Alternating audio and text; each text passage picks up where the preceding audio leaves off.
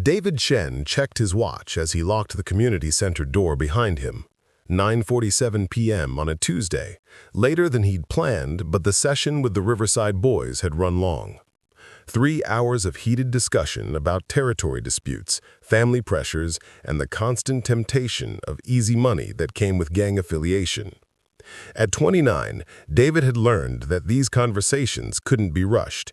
Trust took time to build, especially with teenagers who had learned early that adults often made promises they couldn't keep. Before we jump back in, tell us where you're tuning in from, and if this story touches you, make sure you're subscribed, because tomorrow I've saved something extra special for you. The autumn air carried the familiar scents of Chicago's South Side. Exhaust fumes mixed with the aroma of late-night food trucks, the distant sound of elevated trains rattling through the night. David pulled his jacket tighter as he walked toward his Honda Civic, parked under one of the few working streetlights in the lot. His methodical nature extended to everything, including where he parked. Always visible, always safe. From his unmarked Crown Victoria across the street, Detective Ray Morrison lowered his binoculars and made another notation in a small notebook. Social worker leaves community center 21:50 hours. Same routine every Tuesday and Thursday. Morrison's weathered face showed satisfaction. Pattern recognition was one of his strengths, honed through 15 years of police work, though not always in service of justice. Morrison had been watching David Chen for 3 weeks, ever since Captain Thompson had mentioned the social worker was becoming too influential in neighborhoods where their operation ran smoothly. David's gang intervention programs were working too well, pulling kids away from the street life that provided convenient cover for Morrison's network. Dealers nervous about increased community watch programs, parents asking more questions about police response times. It was becoming a problem. The detective's radio crackled to life. "Morrison, you copy?" "Copy, Rodriguez. What's your 20? "Northbound on Ashland. Captain wants to know if our community organizer is sticking to schedule." Morrison watched David's taillights disappear around the corner. "Like clockwork. Tomorrow, we make our move." 20 minutes later, David pulled into the driveway of the modest 2-story house he shared with his wife in Chicago's Chinatown district. The porch light was on, casting a warm glow over the small garden Lisa had planted last spring. Jasmine and chrysanthemums his mother had given them, a bridge between their Taiwanese heritage and their American life. Inside, Lisa Chen sat at the dining room table, her laptop open, surrounded by what appeared to be consulting reports and financial documents. To David, it looked like the freelance business consulting work she'd been doing since leaving the prosecutor's office 8 months ago. The reality was far different. "How did it go tonight?" Lisa asked, closing her laptop as David kissed her cheek. She was 32, 3 years older than David, with sharp intelligence that had made her a formidable prosecutor before she'd made what everyone assumed was a career change. "Marcus showed up," David said, referring to a 16-year-old who'd been resisting their outreach efforts. "First time in weeks. I think we're finally getting through to him about the scholarship opportunities." Lisa smiled, but part of her attention remained on the files she'd just closed. Arrest records, conviction patterns, and statistical analyses that painted a disturbing picture of systematic misconduct in the Chicago Police Department. As an FBI special agent working undercover for the Public Corruption Unit, she'd been building a case against what appeared to be an organized network of corrupt officers, prosecutors, and judges. "That's wonderful," she said, meaning it. David's work represented everything she believed in: justice, community service, making a real difference in people's lives. The irony wasn't lost on her that while he worked openly to help at-risk youth, she worked in shadows to bring down the corrupt system that made his job harder. The front door opened, and Tommy Chen's voice called out, "Uncle David, Aunt Lisa, I'm here." David's 16-year-old nephew appeared in the doorway, backpack slung over one shoulder, carrying the suitcase that had seen better days. Tommy was rail-thin with intelligent eyes that seemed older than their years, a consequence of growing up in neighborhoods where survival required constant awareness. "Tommy," David stood to embrace his nephew. "How's your mother doing?" "Surgery went okay. She'll be in rehab for 6 weeks, maybe 8. Tommy's voice carried the weight of adult responsibility. As the only child of David's sister, he'd already been taking care of practical matters while she recovered from the surgery to repair injuries from a car accident. Lisa studied Tommy's face, noting the tension around his eyes. She'd learned to read people, a skill that served her well in both her former prosecutor role and her current FBI work. "Have you eaten dinner? Grab something on the way." Tommy set his suitcase down carefully. "I don't want to be any trouble." "Your family," David said simply. "Your room is ready upstairs, same one you used last summer." As Tommy headed upstairs, Lisa caught David's arm. He looked stressed about more than just his mother's surgery. David nodded. He mentioned some issues at school. Police have been stopping kids from his neighborhood more frequently, asking questions, searching backpacks. Tommy's too smart not to notice the pattern. Lisa felt a familiar knot in her stomach. The pattern Tommy was noticing aligned perfectly with the data she'd been collecting. Increased enforcement in specific zip codes, targeting specific demographics, all designed to generate arrest numbers that looked good in monthly reports, while enriching those who ran the system. "I should probably get some work done," Lisa said, gesturing toward her laptop. "The Hartwell Industries consulting project is due tomorrow." David kissed her forehead. "Don't stay up too late. You've been working a lot of evening hours lately." After David went upstairs, Lisa reopened her laptop and returned to her real work. The Hartwell Industries project was fictional, a cover story for the hours she spent analyzing police corruption data and building profiles of the key players in what the FBI had designated Operation Cleanhouse. Detective Ray Morrison's name appeared frequently in her files. Excessive force complaints, evidence discrepancies, unusually high conviction rates in cases involving minority defendants. Always just below the threshold that would trigger official investigation, always protected by supervisors who shared in the benefits of the system they'd created. Lisa's secure phone buzzed with a text message from her FBI supervisor. "Morrison's arrest number's up 40% this quarter. Whatever he's doing, it's accelerating." She typed back, "Working on penetrating the network. Need more time to identify all players." He typed back, "Time we may not have. Political pressure building for results." Lisa stared at the screen, weighing her response. 8 months of careful investigation, building trust with potential witnesses, documenting patterns of abuse. She was close to cracking a conspiracy that reached into the highest levels of law enforcement, but her supervisors wanted arrests, not perfect cases. Her personal phone rang. David's voice, tight with confusion and fear. "Lisa, I need you to come get me. I'm at the police station. They've arrested me." The words hit her like ice water. "What?" David, slow down. "What happened?" "They stopped me after I left Mom and Dad's house. Said I was speeding, but I wasn't. They searched my car and found drugs that weren't mine. Lisa, they planted evidence. I need a lawyer." Lisa's mind raced through protocols and procedures while her heart hammered against her ribs. The husband she'd been married to for 3 years had just become a victim of the very corruption she'd been investigating. The professional and personal sides of her life had collided in the worst possible way. "I'll be right there," she managed to say. "Don't say anything to anyone until I get there." After hanging up, Lisa sat motionless for 30 seconds, processing the implications. David's arrest wasn't random. Morrison had been watching him, waiting for the right moment. This was retaliation for David's community organizing, a message to anyone else who might challenge the status quo. But Morrison had made a critical error. He didn't know that David Chen was married to FBI Special Agent Lisa Chen. The corrupt detective had just handed her the personal motivation and direct evidence she needed to bring his entire network crashing down. Lisa closed her laptop, grabbed her purse and keys, and headed for the door. Tommy appeared at the top of the stairs. "Aunt Lisa, is everything okay?" "David had some car trouble," she lied smoothly. "I'm going to pick him up." "Try to get some sleep." As she drove through Chicago's late-night streets toward the police station, Lisa's mind worked through the challenges ahead. She had to bail out her husband without revealing her FBI identity, gather intelligence on the officers involved, and use this personal tragedy to advance her investigation, all while protecting David from further retaliation. The irony was bitter. She'd spent months building a case against police corruption from the outside.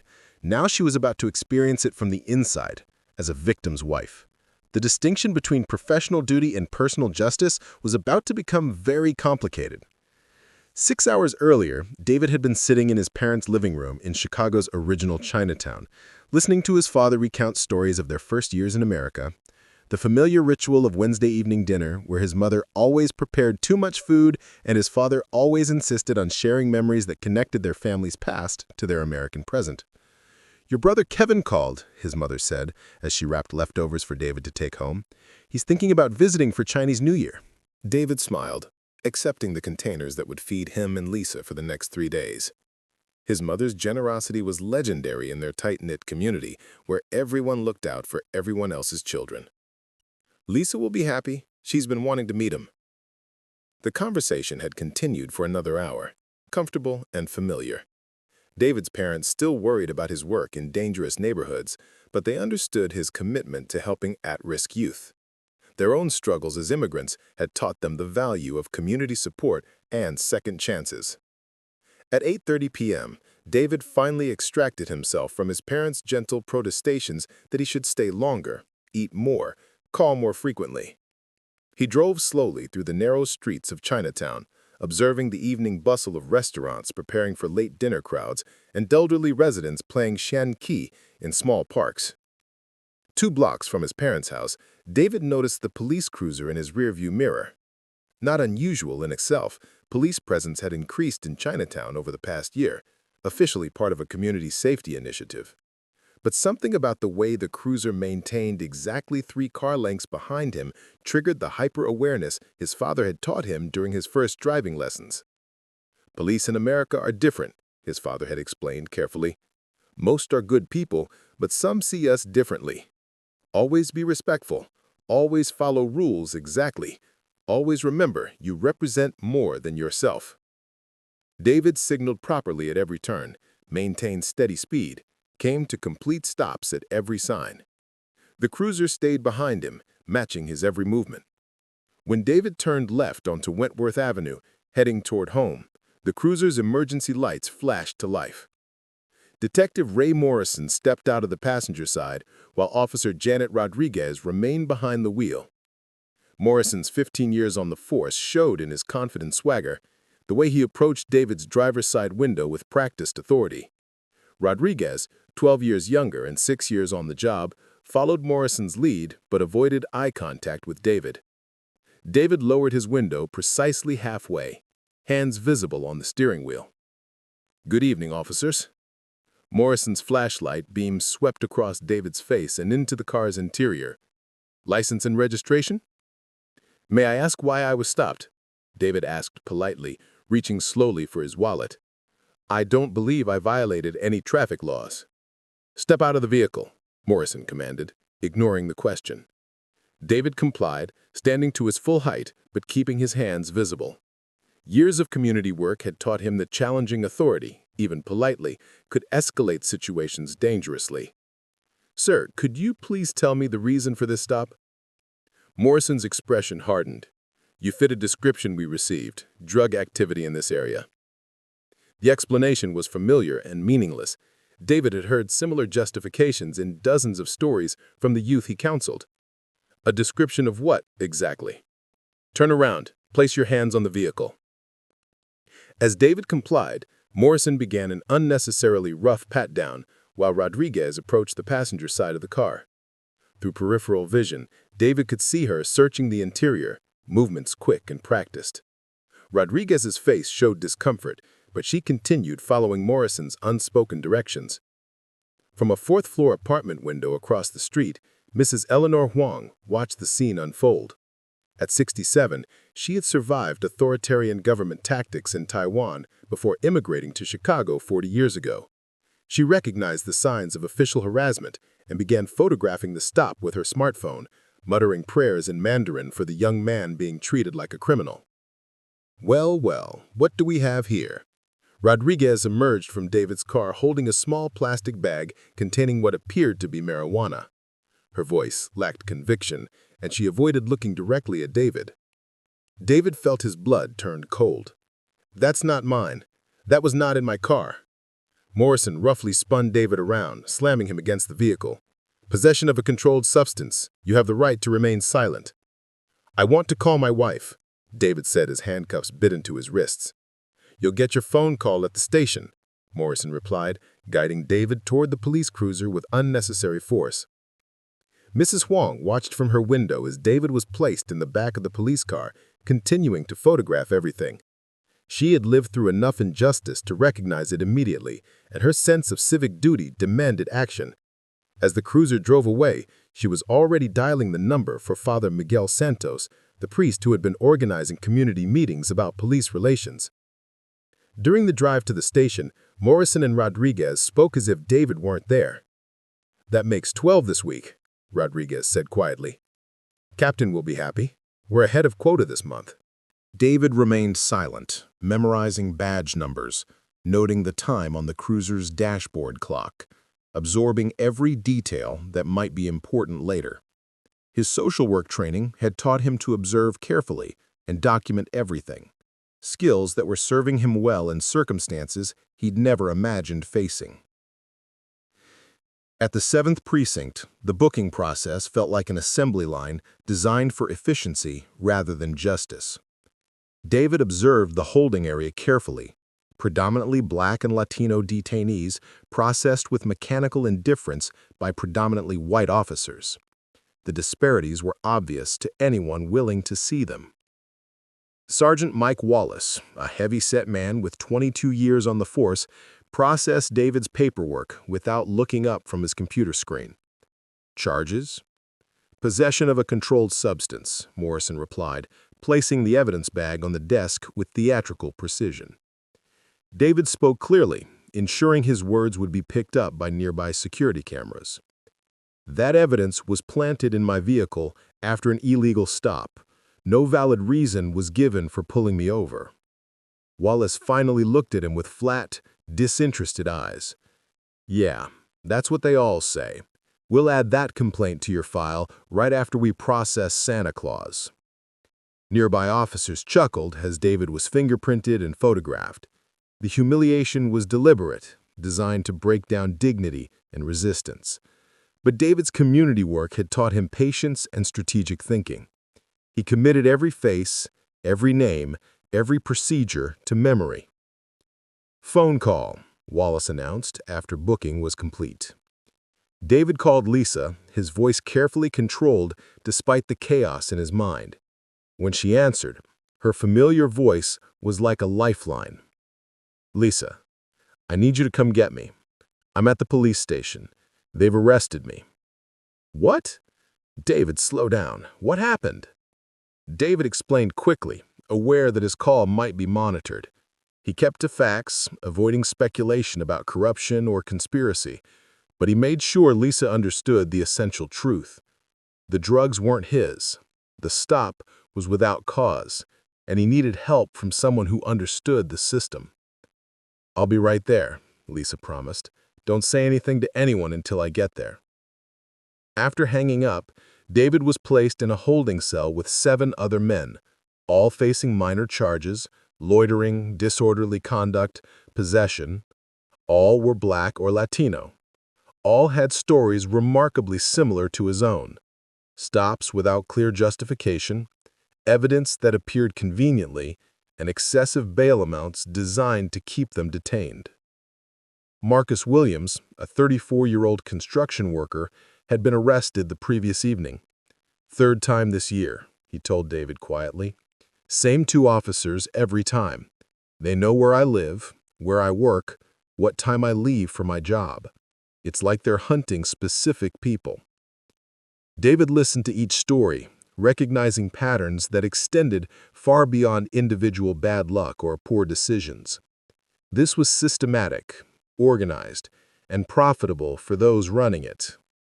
As he sat in the overcrowded cell, surrounded by men whose only real crime was being in the wrong place with the wrong skin color, David began to understand that he had stumbled into something much larger than personal harassment. He had become a victim of the very system his wife was secretly investigating. Lisa Chen pulled into the parking lot of the 7th Precinct at 11:43 p.m., her mind racing through the implications of David's arrest. As an FBI agent, she knew the statistics. False drug arrests disproportionately targeted minority communities, often involved evidence planting, and served to inflate arrest numbers for officers seeking promotions or overtime opportunities. As a wife, she felt the sick mixture of rage and fear that came with seeing someone she loved victimized by exactly the corruption she'd been investigating. The precinct building was a fortress of brick and steel, designed to project authority and permanence.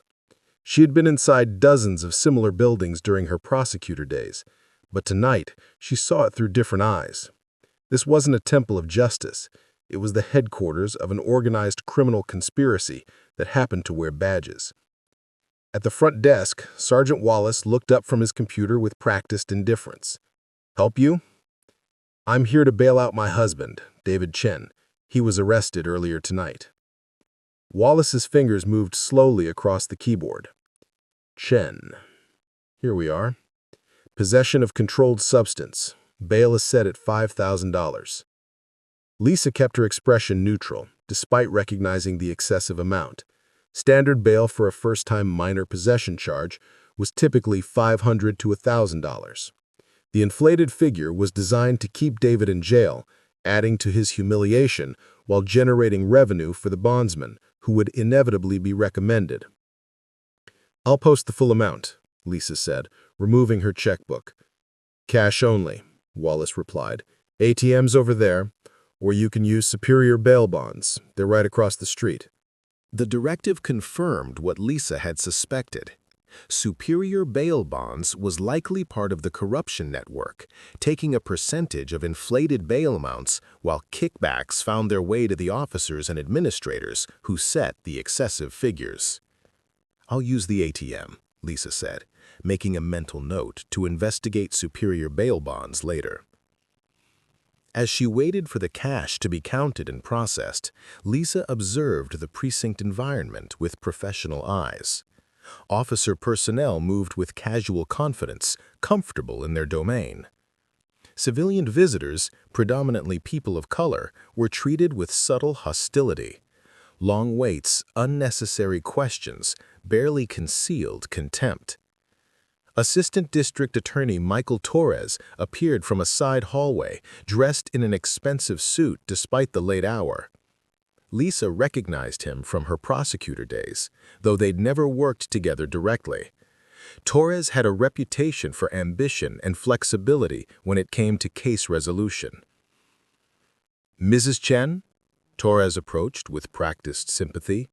"I'm ADA Torres. I handle cases from this precinct. I wanted to speak with you about your husband's situation." Lisa shook his offered hand, noting the Rolex watch and designer shoes that suggested income beyond a prosecutor's salary. "I appreciate your concern. Look, between us, this can be resolved quickly and quietly. Your husband seems like a good man who made a poor choice. If he pleads guilty to a reduced charge, we can work out community service and avoid jail time." The offer confirmed Lisa's suspicions. Torres was pushing for a quick plea to prevent closer examination of the evidence and arrest circumstances. "My husband maintains his innocence. He'll need time to consider his options." Torres's expression hardened slightly. "Mrs. Chen, I've seen the evidence. The drugs were found in his car during a legitimate traffic stop. If this goes to trial, the penalties will be much more severe. I'm offering you a gift here." "I understand," Lisa replied carefully. "We'll need to discuss it." After Torres walked away, Lisa continued waiting for David's release while cataloging every detail of the precinct's operations. Officer Rodriguez appeared from the booking area, looking exhausted and troubled. When their eyes met, Rodriguez quickly looked away, but not before Lisa caught the guilt and discomfort in her expression. Rodriguez approached the front desk. "Sergeant Wallace, about the Chen arrest." "What about it?" "The evidence log shows some discrepancies in timing. Maybe we should review." Wallace cut her off. "Rodriguez, the paperwork is fine. Stop second-guessing experienced officers." The exchange confirmed Rodriguez's discomfort with the arrest. Lisa filed the information away, recognizing a potential weak link in Morrison's network. At 12:47 a.m., David finally emerged from the holding area, looking tired but unbroken. Lisa embraced him carefully, aware they were being observed by multiple cameras and personnel. "Are you okay?" she asked. "I'm fine. Just angry." "Lisa, what happened tonight wasn't random. They were waiting for me." As they walked toward the exit, Lisa noticed Detective Morrison watching from across the room. He made no attempt to hide his interest, studying Lisa with professional calculation. She met his gaze steadily, giving no indication of recognition, despite having seen his photograph dozens of times in FBI files. "Mr. and Mrs. Chen, I'm Detective Morrison. I handled your husband's arrest tonight." Lisa extended her hand. "I'm Lisa Chen. Thank you for doing your job, Detective." Morrison's grip lingered slightly longer than necessary. "Your husband was found with illegal substances in his vehicle. Could have been much worse. Drug dealers in this area often carry weapons." "My husband isn't a drug dealer," Lisa replied evenly. "Of course not. Just a reminder that the neighborhoods where he works can be dangerous. Community organizers sometimes get involved in situations they don't understand." The threat was subtle but clear. David's community work had made him a target, and Morrison wanted them to know it. Lisa squeezed David's hand, a signal to remain calm. "We appreciate your concern for community safety," Lisa said. "David's work with at-risk youth is making a real difference." Morrison's smile faded. "Sometimes people think they're helping when they're actually interfering with law enforcement operations. Can cause problems for everyone involved." Outside the precinct, David and Lisa walked to their cars in silence. Only after they were both inside Lisa's Honda did David speak. Preparing and narrating this story took us a lot of time, so if you are enjoying it, subscribe to our channel. It means a lot to us. Now, back to the story. "They planted those drugs, Lisa. I watched Officer Rodriguez put them in my car during the search. The whole thing was orchestrated." Lisa started the engine, her mind working through protocols and procedures. She needed to report David's arrest to her FBI supervisor, but doing so would compromise her undercover investigation. She needed to protect David from further retaliation while using his experience to gather evidence. Most importantly, she needed to decide whether to reveal her true identity to her husband. "David, I need you to tell me exactly what happened from the moment you left your parents' house." As David recounted the evening's events, Lisa recognized patterns she'd been tracking for months. Morrison's methods, the excessive bail, Torres's immediate appearance with a plea deal, Rodriguez's obvious discomfort, all pieces of a larger puzzle that was finally coming together. But now the puzzle included her husband as a victim. The professional had become intensely personal, and Lisa Chen was no longer just an FBI agent investigating corruption. She was a wife fighting for justice with access to resources and information that Morrison couldn't possibly imagine. The corrupt detective had made a critical error. He'd targeted the husband of the federal agent investigating him, providing her with direct evidence and personal motivation to bring his entire network crashing down. As they drove home through Chicago's empty streets, Lisa began planning her next moves. David's arrest wasn't just a tragedy, it was an opportunity to expose systematic corruption from the inside. Morrison thought he was sending a message to a community organizer and his wife. He had no idea he'd just declared war on the FBI.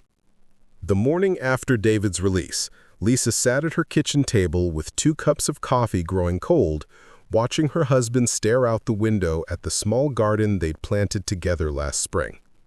The chrysanthemums were beginning to bloom, bright yellow flowers that should have brought joy, but instead seemed to mock the darkness that had entered their lives. "The community center called," David said. without turning around. "They're placing me on administrative leave pending resolution of the charges." Lisa felt her chest tighten. "David, I'm sorry. This is exactly what they wanted, to silence your work with the kids." 15 boys in that program, Lisa.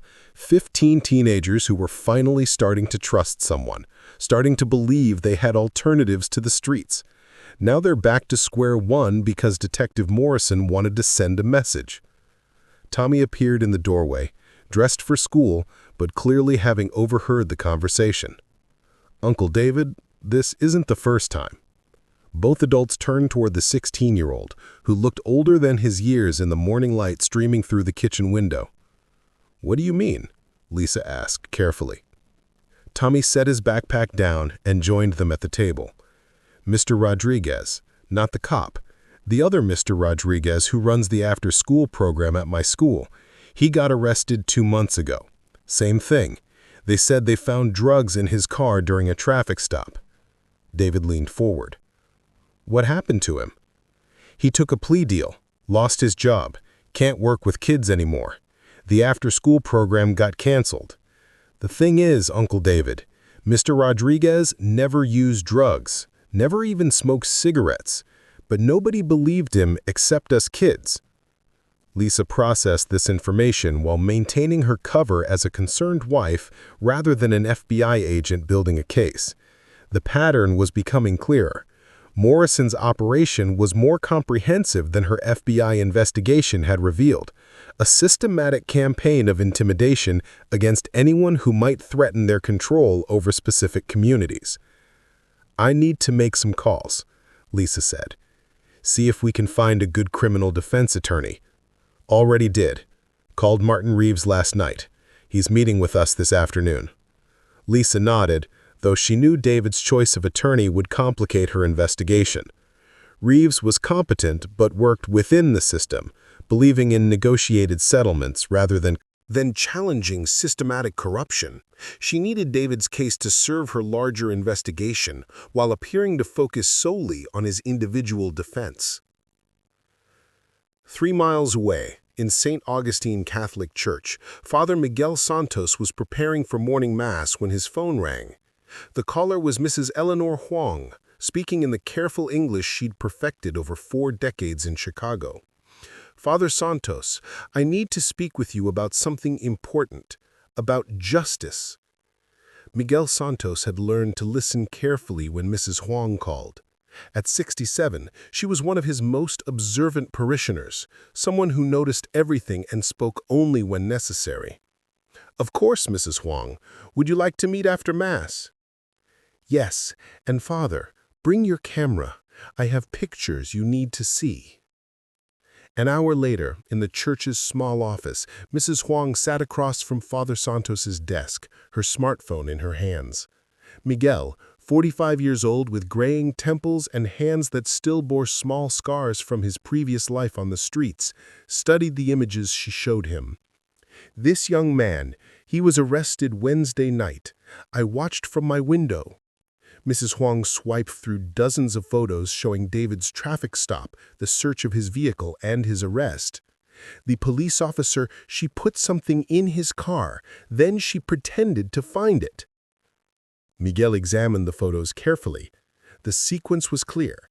Officer Rodriguez approaching David's passenger side, reaching into the vehicle, then emerging moments later with evidence that hadn't existed before the search began. "Mrs. Huang, this is very serious. Have you shown these to anyone else?" "No one.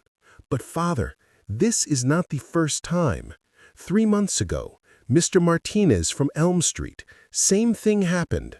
Last month, the young woman who teaches dance at the community center, always the same pattern." Miguel had been organizing community meetings about police relations for 6 months since complaints about harassment and excessive enforcement had begun increasing. As a former gang member turned priest, he understood both sides of law enforcement challenges, but what Mrs. Huang was showing him wasn't legitimate policing, it was systematic abuse. "We need to document this carefully," he said, "and we need to protect you. If they're willing to frame innocent people, they won't hesitate to intimidate witnesses. That afternoon, Lisa met with David and his attorney at Martin Reeves' downtown office. Reeves was a competent criminal defense lawyer with 22 years of experience, but his approach focused on damage control rather than challenging institutional misconduct. "The evidence against you is substantial," Reeves explained, reviewing the arrest report. "Drugs found in your vehicle, 2 officers testifying to the discovery. The prosecutor will argue simple possession, probably push for a plea deal with minimal jail time." "The drugs weren't mine," David said firmly. "They were planted." Reeves' expression showed practiced sympathy mixed with skepticism. "David, I understand your frustration, but proving evidence planting requires showing deliberate misconduct by sworn officers. That's an extremely difficult case to make." Lisa studied Reeves carefully. "What if we could demonstrate a pattern of similar arrests, show that this isn't an isolated incident?" "Even then, the burden of proof is enormous. You'd need witnesses, documentation, evidence of conspiracy, the kind of case that takes years to build and millions of dollars to prosecute." As they left Reeves's office, Lisa made a decision. She needed to accelerate her FBI investigation while building David's defense case simultaneously. The 2 goals could serve each other if she managed the process carefully. That evening, Lisa drove to St. Augustine Catholic Church under the pretense of visiting a potential wedding venue. Father Santos was locking up after evening services when she approached. "Father Santos, I'm Lisa Chen. My husband David was arrested Wednesday night. I believe you know some community members who might have information about similar incidents." Miguel studied her carefully. Something about Lisa Chen suggested more than just a concerned wife seeking help. Her questions were too precise, her manner too professional. "Mrs. Chen, I'm sorry about your husband's situation. Why don't we walk while we talk? The evening air helps me think." As they strolled through the small garden behind the church, Miguel shared what Mrs. Huang had told him and shown him. Lisa listened without revealing her professional knowledge, though she recognized immediately that Mrs. Huang's photographs could provide crucial evidence of Morrison's methods. "Father, would Mrs. Huang be willing to speak with other families who've had similar experiences?" "Perhaps, but she's concerned about retaliation. Mrs. Huang survived authoritarian government in Taiwan. She knows what happens to people who challenge official misconduct." "I understand. What if there was a way to protect witnesses while building a case, someone with resources and connections who could ensure their safety?" Miguel stopped walking and looked at her directly. "Mrs. Chen, exactly what kind of consulting work do you do?" The question hung in the air between them. Lisa realized she'd revealed too much professional knowledge, asked questions that suggested capabilities beyond those of a typical concerned spouse. "I used to be a prosecutor," she said, which was true, though incomplete. "I understand how these cases work." "Then you know that challenging police misconduct requires more than good intentions. It requires institutional support, political backing, and protection for witnesses that local authorities can't or won't provide." Lisa met his gaze steadily. What if those resources existed? What if there was someone working on exactly that kind of institutional support? Before Miguel could respond, both their phones buzzed simultaneously with emergency alerts. Lisa read the message with growing alarm. "Community meeting tonight, 8 p.m., St. Augustine Church. Police accountability now." "Father, did you authorize this meeting?" Lisa asked. "No, someone organized this without consulting me." Miguel's expression showed concern. "Mrs. Chen, I think your husband's arrest has attracted more attention than we realized." At 2:17 a.m., Lisa sat in her home office with 3 laptops open simultaneously. Her personal computer displayed email correspondence about David's legal case. Her secure FBI laptop showed database searches revealing Morrison's arrest patterns over the previous 18 months. A third machine, connected through encrypted channels, accessed financial records that painted a disturbing picture of money flowing between Morrison's network and several businesses throughout Chicago. The data confirmed her growing suspicions. Morrison, Captain Thompson, and at least 6 other officers had been systematically targeting community leaders, youth workers, and anyone else whose activities might interfere with their operations. The arrests followed predictable patterns: minor drug charges that resulted in quick plea deals, excessive bail amounts that kept victims detained, and consistent use of superior bail bonds for processing releases. Lisa's secure phone vibrated with a text from her FBI supervisor. "Need update on timeline. Political pressure increasing for results."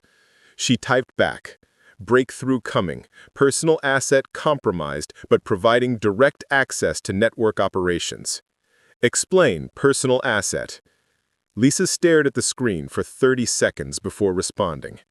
"My husband was arrested by primary target. Maintaining cover while using incident to accelerate investigation." The response came immediately. "That changes everything. Need immediate debrief." "Not yet. Too close to breakthrough. Give me 48 hours. Lisa, if your cover is compromised, cover intact. Proceeding with enhanced access and motivation." After ending the conversation, Lisa turned her attention to Officer Rodriguez's personnel file. Janet Rodriguez, 28 years old, 6 years on the force, single mother with an elderly mother requiring medical care. Clean record, except for recent association with Morrison's schemes. Perfect candidate for flipping if approached correctly. Lisa's analysis was interrupted by the sound of the front door opening. David entered quietly, assuming she was asleep upstairs. "Working late?" he asked, finding her in the office. "Couldn't sleep. I'd been researching similar cases, looking for patterns that might help your defense." David approached the desk and glanced at the screens. Though Lisa had minimized her FBI work, enough remained visible to raise questions for someone with David's analytical mind. "Lisa, what kind of financial data are you accessing? These look like law enforcement databases." Lisa's heart rate spiked. "Some are public records. Others are available through legal research services. The interface looks familiar, like the systems I've seen when testifying in court cases." David's expression showed growing suspicion. "Lisa, exactly what kind of consulting work have you been doing?" Before Lisa could respond, her personal phone rang. The caller ID showed Father Santos. "Mrs. Chen, we have a problem. Mrs. Huang called me 20 minutes ago. Someone broke into her apartment tonight. Nothing was stolen, but her computer was destroyed and photos were deleted from her phone." Lisa felt cold fear wash through her. "Is she okay?" "Physically, yes, but she's terrified. She thinks they know about the photographs." David was watching Lisa's face carefully, noting her professional reaction to what should have been shocking news. "Lisa, you're not surprised by this." After hanging up, Lisa realized her cover was becoming untenable. David's sharp intelligence, combined with the escalating situation, was making her deception increasingly difficult to maintain. "David, there are things I haven't told you about my work. Things I couldn't tell you." "What kind of things?" Before Lisa could answer, her secure phone buzzed with an urgent message. "Rodriguez, requesting immediate meeting, says she has information about planned retaliation against witnesses." Lisa stared at the message, realizing that events were moving faster than she could control. Rodriguez's outreach suggested Morrison's network was fracturing under pressure, but it also meant the situation was becoming more dangerous for everyone involved. "Lisa, what aren't you telling me?" David's voice carried hurt, mixed with growing understanding. 2 miles away, Officer Janet Rodriguez sat in her patrol car in the empty parking lot of a 24-hour laundromat, her hands shaking as she composed a text message to a number she'd memorized but never used. Detective Morrison had just ordered her to visit Mrs. Huang again, this time with explicit instructions to ensure the elderly woman understood the consequences of interfering with police business. Rodriguez had broken into Mrs. Huang's apartment earlier that night under Morrison's orders, destroying her computer and deleting photos from her phone. But she'd also discreetly warned Mrs. Huang about the visit, allowing the elderly woman to back up her evidence before the break-in occurred. The text message was brief. Need to meet.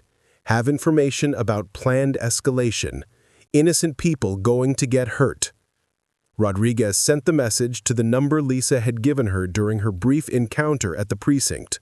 She didn't fully understand who Lisa Chen really was, but something about the woman suggested resources and capabilities that extended beyond those of a typical concerned spouse.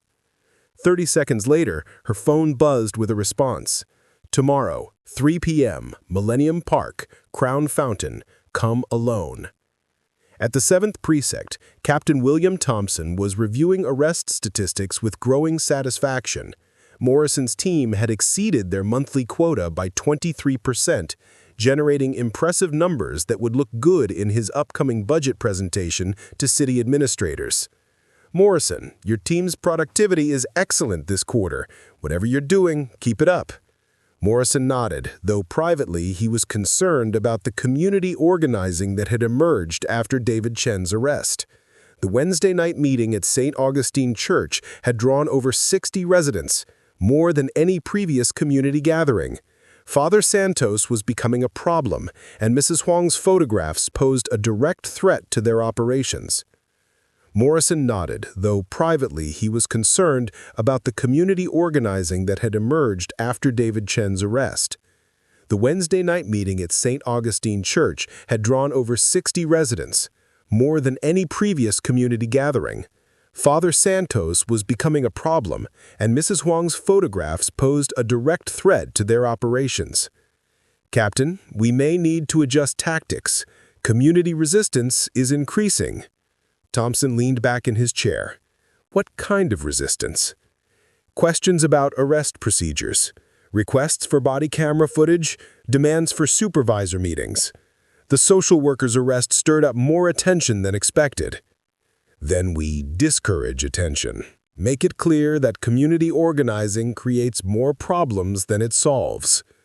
Morrison understood the implication: escalated intimidation, targeted harassment of leaders, and direct threats to witnesses. The approach had worked before, but something about this situation felt different. The community response was more organized, more focused. Someone with experience was coordinating the resistance. I'll handle it, Morrison said. As Morrison left Thompson's office, he passed Detective Sarah Kim entering with a stack of case files. Kim had been asking questions about evidence procedures and arrest statistics, claiming she was working on a research project for her criminal justice master's degree. Morrison made a mental note to investigate Kim's activities more thoroughly. Meanwhile, in her apartment, Mrs. Eleanor Huang sat at her kitchen table with backup copies of all her photographs stored on 3 separate memory cards. She'd survived authoritarian government tactics before, and she recognized the signs of official corruption attempting to silence witnesses. But Mrs. Huang also understood something that Morrison's network hadn't considered. The immigrant community in Chinatown had extensive networks of mutual support, communication systems that operated outside official channels, and a collective memory of resistance against government oppression. She picked up her phone and began making calls to community leaders, church groups, and family associations. If Morrison's network wanted to intimidate witnesses, they would discover that threatening one member of the community meant challenging all of them. The war between corruption and justice was escalating, and both sides were preparing for the confrontation ahead. Tommy Chen was 3 blocks from home when the patrol car pulled up. Alongside him, Thursday afternoon, 3:47 p.m., walking the same route he'd taken safely for 2 years. But nothing felt safe anymore since Uncle David's arrest. Officer Martinez rolled down his window, displaying the practiced authority that Tommy had learned to fear. "Hey, kid, come here." Tommy approached the patrol car carefully, keeping his hands visible and his expression neutral. His uncle had taught him the rules of engagement with law enforcement. Be respectful, comply with orders, remember every detail. "You're David Chen's nephew, right?"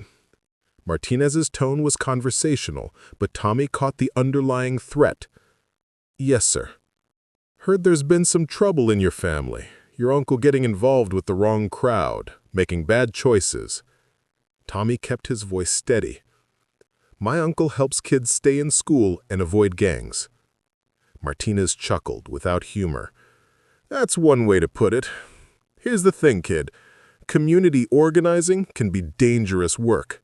People get the wrong ideas, start causing problems for hardworking police officers. Sometimes family members get caught up in situations they don't understand." The message was clear. Tommy nodded politely and waited to be dismissed. "You seem like a smart kid. Good grades, college plans. Would hate to see all that get messed up because your uncle can't mind his own business." After the patrol car drove away, Tommy continued walking home, his mind racing. The encounter wasn't random. Martinez knew about his academic record, his college applications, his family connections. They were building files on everyone connected to Uncle David. At home, Tommy found Lisa in the kitchen, preparing dinner with methodical precision that suggested she was thinking through complex problems while performing routine tasks. "Aunt Lisa, we need to talk." She looked up from chopping vegetables, immediately noting the tension in his voice. "What happened?" Tommy recounted his encounter with Officer Martinez, providing exact quotes and descriptions that impressed Lisa with their precision. The teenager's observational skills and analytical thinking reminded her of young FBI recruits. "Tommy, this is serious intimidation. They're trying to pressure your uncle through family members." "It's not just me. My friend Marcus got stopped twice this week walking to basketball practice. Jenny from my AP history class had her backpack searched yesterday for no reason. They're targeting kids connected to anyone involved in community organizing." Lisa processed this information while maintaining her cover as a concerned aunt rather than an FBI agent building a comprehensive case. Morrison's network was escalating their intimidation campaign, but they were also creating more evidence and more witnesses. "Tommy, I need you to start documenting everything. Times, locations, officer names, exact conversations. Can you do that?" "Already started." Tommy pulled a small notebook from his pocket. "Uncle David taught me to keep records, said documentation was the key to holding people accountable." Lisa smiled despite their circumstances. David's community organizing skills were creating a network of informed and observant allies that Morrison hadn't anticipated. Her secure phone buzzed with a message from Rodriguez. "Meeting moved up. They're planning something for tonight. Mrs. Wong in danger." Lisa's blood ran cold. "Tommy, I need you to stay here. Don't go anywhere alone until this situation is resolved." "Where are you going?" "To meet someone who might help your uncle's case." At Millennium Park, Lisa found Officer Rodriguez sitting on a bench near Crown Fountain, looking like someone carrying the weight of impossible decisions. Officer Rodriguez was younger than Lisa had expected, with intelligent eyes that showed the strain of participating in activities that violated every principle she had hoped to serve as a police officer. Scare her. Make it clear that her photographs and testimony could create problems for her and her family. Morrison thinks she'll back down if she understands the consequences. And what do you think? Rodriguez was quiet for 30 seconds, watching families playing in the fountain. I think Mrs. Wong survived things that were much scarier than Detective Morrison. I think threatening her will just make her more determined to fight back. Then why are you following his orders? Because I need this job. Because my mother needs medical care I can't afford without police benefits. Because I'm a single mother with no other options. Rodriguez's voice cracked slightly. But also because I can't keep participating in this corruption. I became a police officer to help people, not to frame them. Lisa recognized the moment she'd been working toward for months. Rodriguez was ready to flip, to become the inside witness who could expose Morrison's network from within. What if there was a way to stop Morrison without losing your job or endangering your family? Rodriguez looked at her sharply. Mrs. Chen, exactly who are you?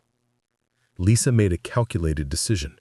Her cover was already compromised with David, and Rodriguez needed to understand the level of protection and resources available to cooperating witnesses. I'm someone with the authority and resources to protect witnesses and bring down Morrison's entire network. But I need someone on the inside, someone willing to document the corruption and testify about systematic misconduct. You're law enforcement. I'm someone who can ensure justice is served and witnesses are protected. The question is, are you willing to help me do it? Rodriguez stared at the fountain for another 30 seconds before responding. Mrs. Wong shouldn't have to face Morrison's threats alone. If you can protect her and the other witnesses, I'll help you get everything you need to bring him down. Tonight, when you visit Mrs. Wong, you're going to warn her instead of threaten her. You're going to help her document Morrison's instructions and his threats. Then, you're going to start wearing a recording device during your shifts. And in exchange? In exchange, your cooperation will be remembered when this investigation concludes.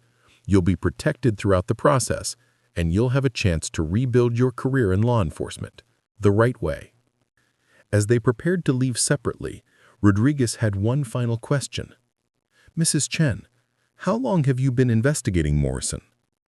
Long enough to know that your cooperation will be the key to bringing him down, but not long enough to prevent him from framing my husband. Rodriguez's eyes widened as she understood the personal stakes involved. Your husband is David Chen. Morrison made a critical error when he targeted my family. He gave me the motivation and evidence I needed to bring his entire network crashing down. That night, Rodriguez visited Mrs. Wong as ordered, but instead of delivering threats, she apologized for the break-in and warned Mrs. Wong about Morrison's escalating plans.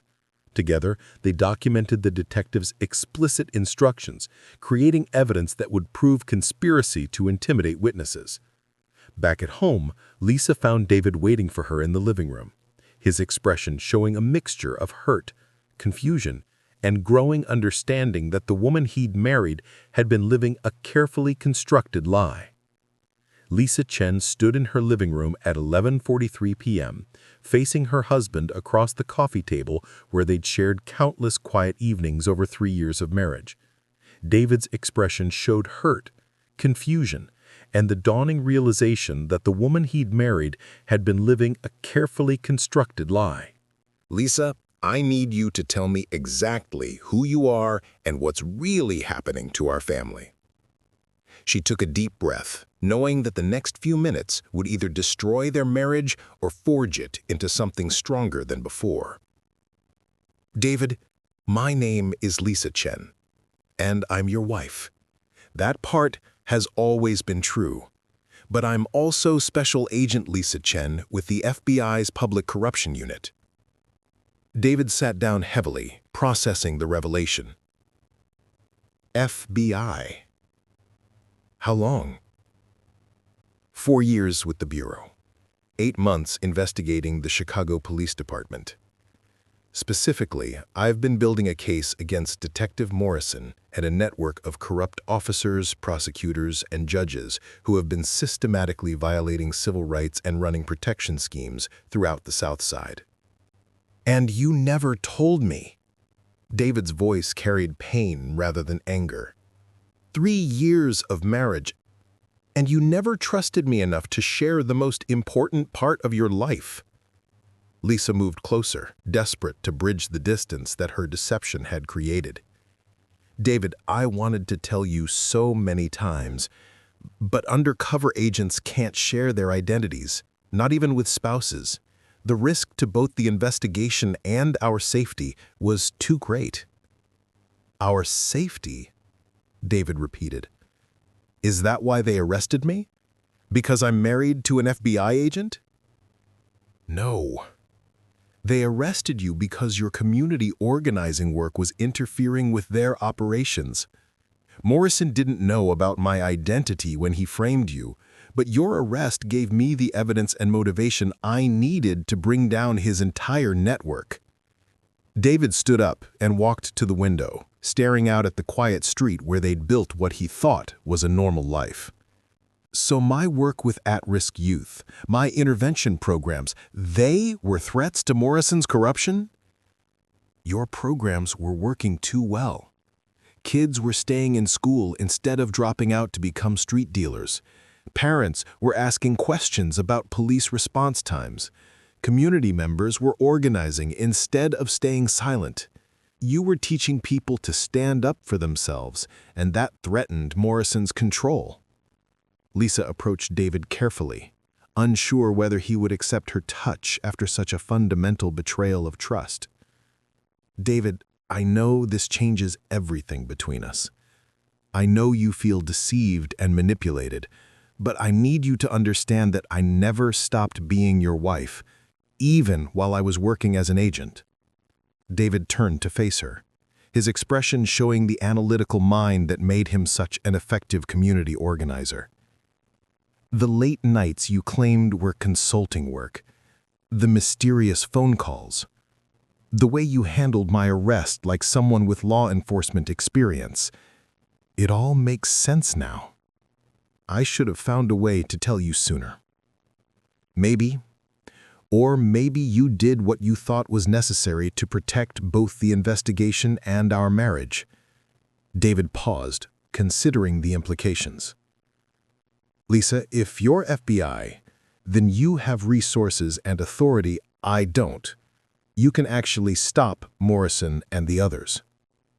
We can stop them, together, but only if you're willing to work with me despite everything I've hidden from you.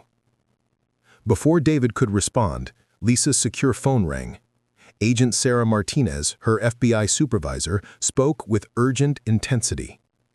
Lisa, we've got a problem. Our surveillance team reports Morrison is planning something for tonight. Rodriguez called in with intelligence about a planned hit on your husband designed to look like gang retaliation. Lisa felt ice-cold fear wash through her veins. How credible is the threat? Rodriguez says Morrison told her directly. He's recruited 2 off-duty officers with gang connections. They're planning to make it look like David was killed for interfering in drug territory. David was watching Lisa's face, reading the fear and determination in her expression. What's happening? Morrison is planning to have you killed tonight. He's going to make it look like gang violence, retaliation for your community work. Instead of panic, David's expression hardened with resolve. Then we use that. If Morrison is desperate enough to attempt murder, he's desperate enough to make mistakes we can document. Lisa stared at her husband, recognizing the courage and strategic thinking that had made him an effective community advocate.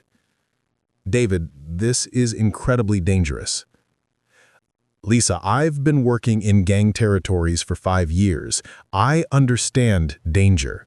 But I also understand that running away won't solve the problem. Morrison will keep targeting community leaders until someone stops him. Then we stop him. But we do it as a team with FBI resources and protection. 2 hours later, Officer Rodriguez sat in her patrol car outside Morrison's favorite bar, wearing a recording device that would capture every word of their conversation. Her hands shook slightly as she activated the equipment, knowing that the next 30 minutes would determine the rest of her life. Morrison emerged from O'Malley's tavern at 2:17 a.m., walking with the careful precision of someone who'd consumed just enough alcohol to feel confident, but not enough to impair judgment. Rodriguez rolled down her window. "Detective Morrison, we need to talk about the Chen situation." Morrison approached the patrol car, his face showing satisfaction mixed with anticipation. "Rodriguez, everything set for tonight?" "That's what I need to discuss. The plan to eliminate Chen. Are you certain this is the right approach?" Morrison leaned against the car, close enough for the recording device to capture every word clearly. Rodriguez, sometimes police work requires decisive action. David Chen has become a threat to law enforcement operations in his community. His organizing activities are interfering with legitimate police business. By legitimate police business, you mean our arrangement with the dealers on Ashland Avenue. I mean maintaining order in neighborhoods where bleeding heart social workers think they can undermine police authority. Chen's programs are encouraging people to question arrests, demand accountability, request oversight. That kind of attitude spreads like cancer if it's not stopped. Rodriguez pressed for more explicit statements, and the solution is to have him killed. The solution is to demonstrate consequences for interfering with police operations. Chen dies tonight, community organizing stops tomorrow. Message sent, message received. What about his wife? She's been asking questions, meeting with community leaders. Morrison's expression darkened. After tonight, Mrs. Chen will understand that asking the wrong questions can be dangerous for entire families. So keep her mouth shut and leave town, or she'll join her husband. The recording captured everything: explicit threats, admission of planned murder, and Morrison's broader strategy of using violence to silence community resistance. Rodriguez had provided the FBI with irrefutable evidence of conspiracy to commit murder under color of authority. At 3:30 a.m., Lisa and David sat with FBI agent Martinez and two other agents in a safe house 3 miles from their home. The plan was complex but necessary. David would appear to follow his normal routine, while FBI surveillance teams positioned themselves to document Morrison's attempted hit and arrest everyone involved. "David, you understand the risks," Agent Martinez emphasized. "Even with our protection, this operation puts you in real danger." "Agent Martinez, I've been in real danger since I started challenging Morrison's network. The difference is that now I have federal law enforcement backing me up instead of facing it alone." Lisa squeezed David's hand, still processing the emotional whiplash of revealing her identity and immediately asking him to trust her with his life. "David, we can find another way. We have Rodriguez's recording, Mrs. Wang's photographs, documentation of systematic misconduct. Lisa, you said Morrison will keep targeting community leaders until someone stops him. Tonight, we stop him." At dawn, Mrs. Eleanor Huang sat in Father Santos's office reviewing the testimony she would give to the federal grand jury later that morning. Her photographs of David's arrest, combined with Rodriguez's recordings and FBI surveillance data, would provide prosecutors with overwhelming evidence of civil rights violations and conspiracy. "Mrs. Huang, you've shown extraordinary courage. Morrison's network tried to intimidate you, but you refused to be silenced." The elderly woman smiled with quiet satisfaction. "Father, I survived much worse things in Taiwan. Detective Morrison thinks threatening old women will protect his corruption. He underestimated the strength of this community." "What happens after you testify?" "After I testify, Morrison and his accomplices will face justice. The community will begin healing. And maybe other neighborhoods will learn that corrupt officials can be held accountable when people work together." At 8 a.m., Rodriguez reported to the 7th Precinct for her regular shift, carrying recording equipment that would document Morrison's final instructions for the planned hit on David Chen. Captain Thompson gathered Morrison's team for a briefing, unaware that every word was being transmitted to FBI surveillance teams. "Tonight we send a clear message about what happens to people who interfere with police operations in this district. The social worker has caused enough problems. After tonight, community organizing won't be an issue anymore." Morrison nodded toward Rodriguez. "You understand your role. Make sure there are no witnesses, no surveillance footage, nothing that contradicts the official story of gang retaliation." "Understood," Rodriguez replied, knowing that her cooperation with the FBI would ensure Morrison's own words would convict him of conspiracy to commit murder. As the briefing concluded, Morrison pulled Rodriguez aside. "After Chen is eliminated, we'll need to address his wife. She's been asking too many questions, making too many connections. Can't have grieving widows becoming community martyrs." The recording captured Morrison's explicit threat against Lisa, providing additional evidence of the systematic nature of his violent intimidation campaign. By evening, all the pieces were in place for the operation that would bring Morrison's network crashing down. David prepared to leave the safe house, knowing that FBI agents would be watching his every move. Lisa checked her weapon and communication equipment, ready to protect her husband and complete the investigation that had consumed 8 months of her life. Morrison and his accomplices prepared for what they believed would be the elimination of a troublesome community organizer. Instead, they were walking into a carefully orchestrated FBI operation that would document their crimes and send them to federal prison for decades. The final confrontation between corruption and justice was about to begin.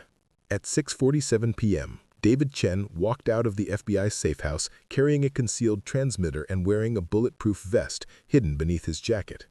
3 FBI surveillance teams positioned themselves along his route home, while Lisa monitored communications from a command vehicle parked 2 blocks away. "All units, subject is mobile," Agent Martinez announced over the radio. "Remember, we need Morrison to commit to violent action before we intervene. David, you're doing great. Stay calm and follow the planned route." David drove through Chicago's evening traffic, hyper-aware of every vehicle around him while maintaining the appearance of normal routine. His community organizing experience had taught him to project calm confidence even under pressure, skills that served him well as the central figure in an FBI operation. Morrison's unmarked Crown Victoria appeared in David's rearview mirror at Ashland and Roosevelt, following at a distance that suggested professional surveillance. FBI teams confirmed the tale while positioning themselves to document Morrison's actions without compromising the operation. "Target vehicle has made contact," Lisa reported, her voice steady despite the fear she felt watching her husband being stalked by a corrupt detective planning to kill him. "Morrison is following the planned route." David parked outside Wong's Market in Chinatown, the same location where he'd been arrested 5 days earlier. The symbolic significance wasn't accidental. Lisa wanted Morrison to feel overconfident about returning to a familiar territory where he'd previously operated with impunity. Morrison parked across the street and made a phone call. FBI surveillance teams intercepted the conversation through equipment Rodriguez had helped them install in Morrison's vehicle. "Thompson, the target is in position. Chen is alone, no visible protection. Perfect setup for gang retaliation scenario." Captain Thompson's voice crackled through the radio. "Proceed as planned. Make sure it looks authentic. 2 shots to the chest, 1 to the head. Leave the throwaway weapon at the scene." Lisa felt sick hearing the callous discussion of her husband's planned execution, but forced herself to remain focused on the operation. Morrison's explicit statements were providing the FBI with irrefutable evidence of premeditated murder under color of authority. At 7:23 p.m., 2 off-duty officers approached David from different directions while Morrison remained in his vehicle, ostensibly providing surveillance and backup. The officers, later identified as Marcus Williams and Tony Ricci, carried unregistered handguns that would be planted at the scene to support the gang retaliation narrative. David followed FBI protocols, entering Wong's Market to purchase items while the officers positioned themselves outside. Inside the store, he activated his panic button, signaling FBI teams that the confrontation was beginning. "All units, subject has activated emergency signal. Prepare for intervention on my command," Agent Martinez announced over the radio. Williams approached the front entrance of Market, while Ricci covered the rear exit. Their movements were professional, but not cautious. They believed they were eliminating a community organizer, not walking into an FBI trap. Through the store window, David watched Williams check his weapon and look around for witnesses. The officer's casual confidence suggested this wasn't his first execution disguised as gang violence. "Federal agents, drop your weapons!" FBI teams emerged from concealment positions surrounding Williams and Ricci before they could enter the Market. Both officers initially reached for their guns before recognizing the overwhelming force arrayed against them. Morrison, watching from his vehicle, realized immediately that the operation had been compromised. Instead of fleeing, he made a desperate decision that would provide the FBI with final evidence of his criminal intent. Starting his engine, Morrison drove directly toward Wong's Market, apparently planning to complete the hit himself rather than allow David Chen to survive as a witness against his network. Vehicle approaching target location at high speed, an FBI spotter reported. "Morrison appears to be attempting direct assault." Lisa's blood went cold as she watched Morrison's car accelerate toward the market where David was trapped inside. All units, subject is in immediate danger, authorize lethal force if necessary. David saw Morrison's car approaching and dove behind a display case as the detective crashed through the market's front window. Glass exploded throughout the small store as Morrison emerged from his damaged vehicle with his service weapon drawn. Chen, you should have minded your own business. FBI agents surrounded the building, but Morrison had created a hostage situation that prevented them from entering safely. Through broken windows, Lisa could see her husband trapped behind overturned shelving while Morrison advanced with obvious intent to kill. Morrison, this is FBI Agent Martinez. The building is surrounded. Release David Chen and surrender peacefully. FBI? How long have you been watching my operation? Long enough to document everything, Detective. Your own conversations, recorded by Officer Rodriguez, provide evidence of systematic corruption, civil rights violations, and conspiracy to commit murder. Rodriguez was working with you? Rodriguez chose justice over corruption, just like Mrs. Huang chose courage over intimidation, just like Father Santos chose community over silence. Morrison's expression showed the dawning realization that his network had been completely compromised. How long? 8 months of investigation. Your arrest of David Chen was the final piece of evidence we needed. From behind the shelving, David called out, "Detective Morrison, my wife is FBI agent Lisa Chen. She's been building a case against your network since before we met. When you framed me, you made it personal." Morrison spun toward David's voice, weapon raised. "Your wife is FBI?" Lisa's voice came through a bullhorn outside the market. "Ray Morrison, you're under arrest for civil rights violations, conspiracy, extortion, evidence planting, and attempted murder. Surrender now and no one else gets hurt." Morrison's face showed complete defeat as he realized the scope of his miscalculation. He'd targeted the husband of the federal agent investigating him, providing her with personal motivation and direct evidence to bring down his entire network. "You want me to surrender? After 8 months of investigation? You want me to take me alive?" "I want justice, Detective. For my husband, for Mrs. Huang, for every person you framed and intimidated. I want you to face trial and conviction, not become a martyr for other corrupt officers." Morrison lowered his weapon slightly, processing his options. Outside the market, he could see FBI agents, news crews, and community members who had gathered to witness the confrontation. His corruption had been exposed, his network was being arrested, and his career was over. "Agent Chen, what happens to my family? My kids don't deserve to suffer for my mistakes." Lisa felt a moment of sympathy for the children who would grow up knowing their father was a corrupt cop who'd attempted murder. "Your family will be protected. Your crimes are yours alone." Morrison dropped his weapon and raised his hands. "David Chen, I'm sorry about your arrest. You were just doing good work that interfered with my business." FBI agents entered the market immediately, securing Morrison while paramedics checked David for injuries. He emerged with minor cuts from flying glass but was otherwise unharmed.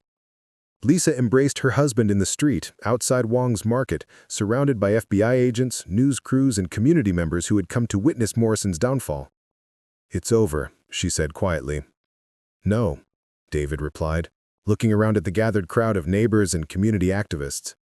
"This is just the beginning. Now we rebuild the relationship between law enforcement and the community the right way."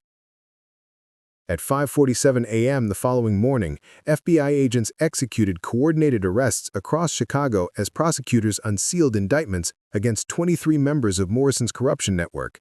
Captain William Thompson was arrested at his home in suburban Naperville while his wife prepared breakfast. Assistant District Attorney Michael Torres was taken into custody in his downtown office before he could destroy additional evidence. Federal Judge Patricia Blackwood signed arrest warrants that had been months in preparation, each one supported by recordings, financial records, witness testimony, and documentary evidence of systematic civil rights violations. The scope of the conspiracy shocked even veteran FBI agents who specialized in police corruption cases. Lisa stood in the FBI field office, Watching news coverage of the arrests while processing the emotional aftermath of 8 months of undercover investigation that had concluded with her husband nearly being murdered, Agent Martinez approached with the final arrest report. 23 arrests, including Morrison, Thompson, Torres, and 14 other officers.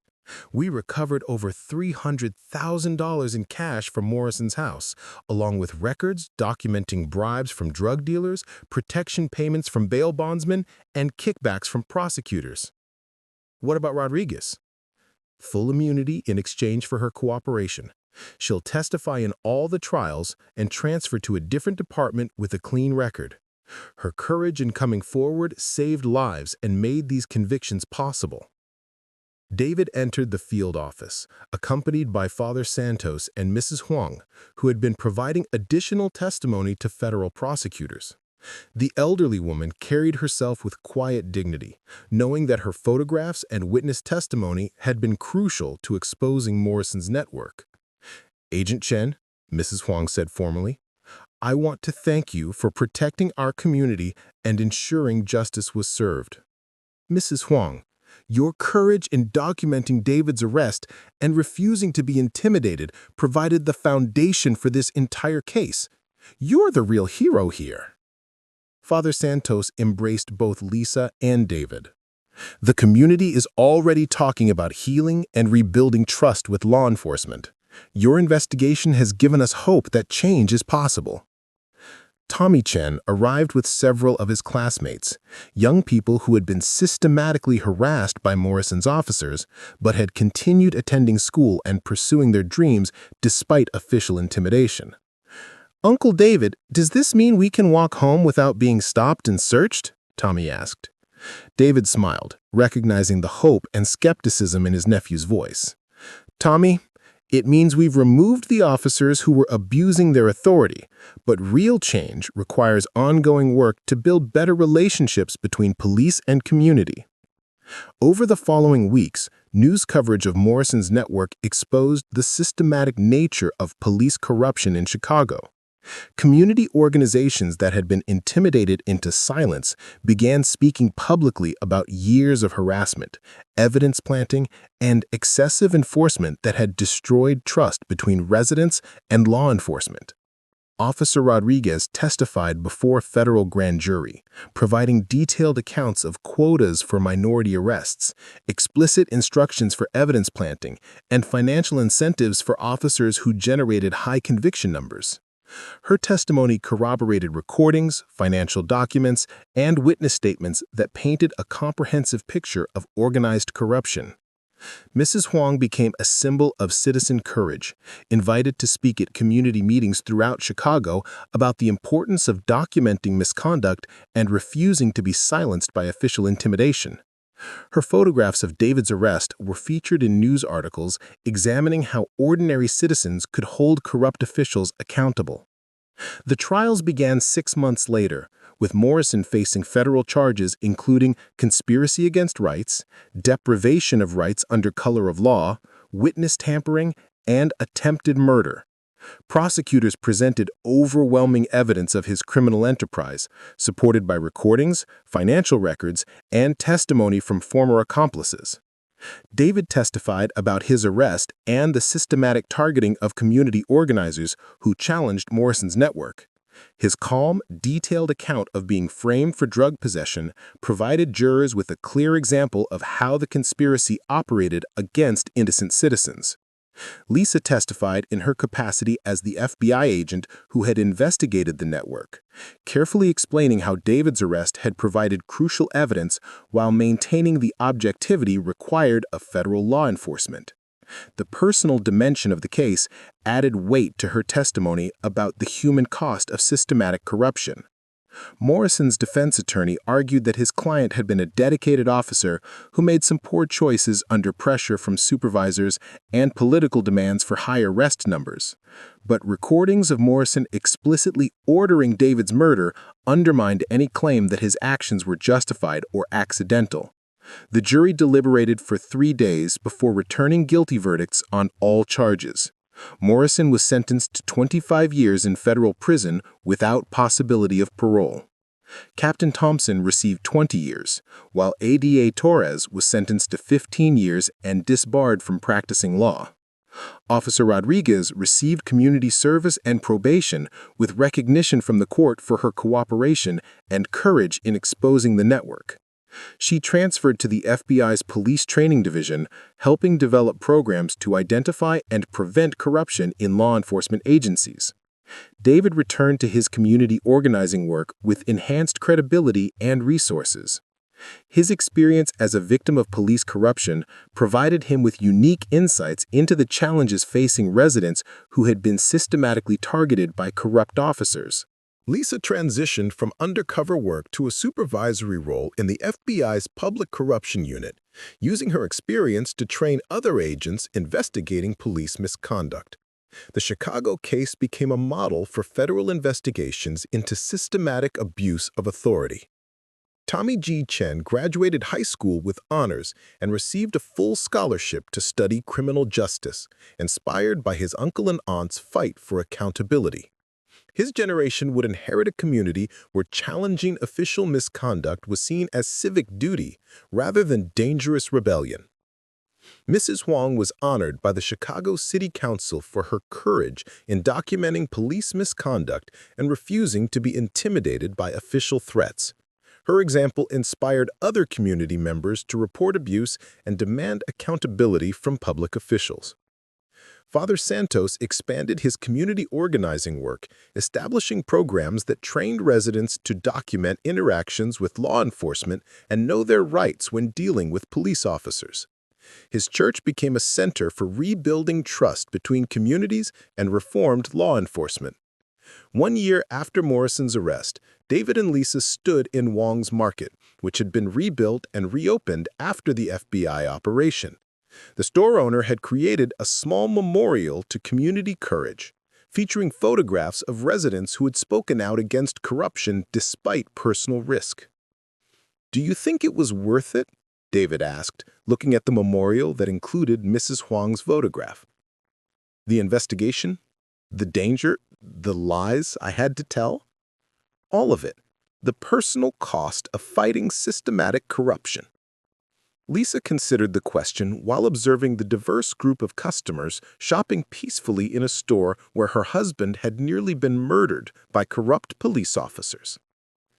"David, Morrison's network destroyed countless lives through false arrests, planted evidence, and intimidation. Mrs. Huang could have been killed for witnessing your arrest. Tommy and his friends were being systematically harassed. The corruption would have continued spreading until someone stopped it." "And you think we stopped it?" "I think we exposed it, prosecuted it, and showed the community that corrupt officials can be held accountable. But stopping corruption requires ongoing vigilance and civic engagement.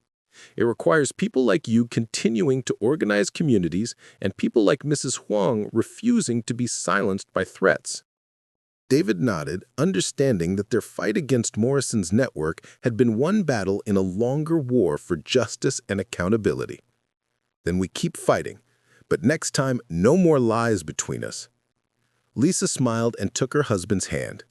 "Next time, we fight together from the beginning, no more undercover marriages."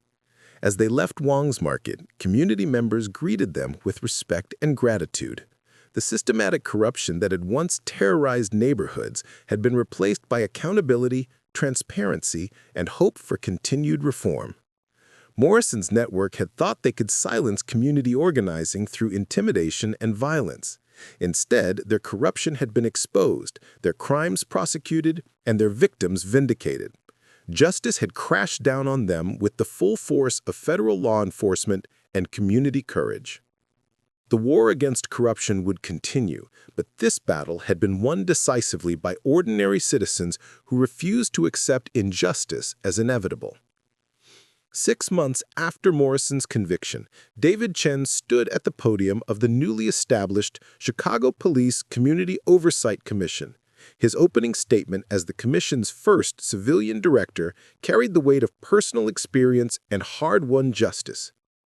Real police reform requires partnership between law enforcement and the communities they serve, David announced to the packed auditorium. It requires transparency, accountability, and genuine commitment to constitutional policing. In the audience, Lisa watched her husband with pride. Her transition to FBI training coordinator allowed them to work together openly on police reform initiatives across the Midwest. Their marriage, tested by deception and violence, had emerged stronger through shared purpose. Mrs. Wong sat in the front row wearing the Medal of Civic Courage the City Council had presented to her.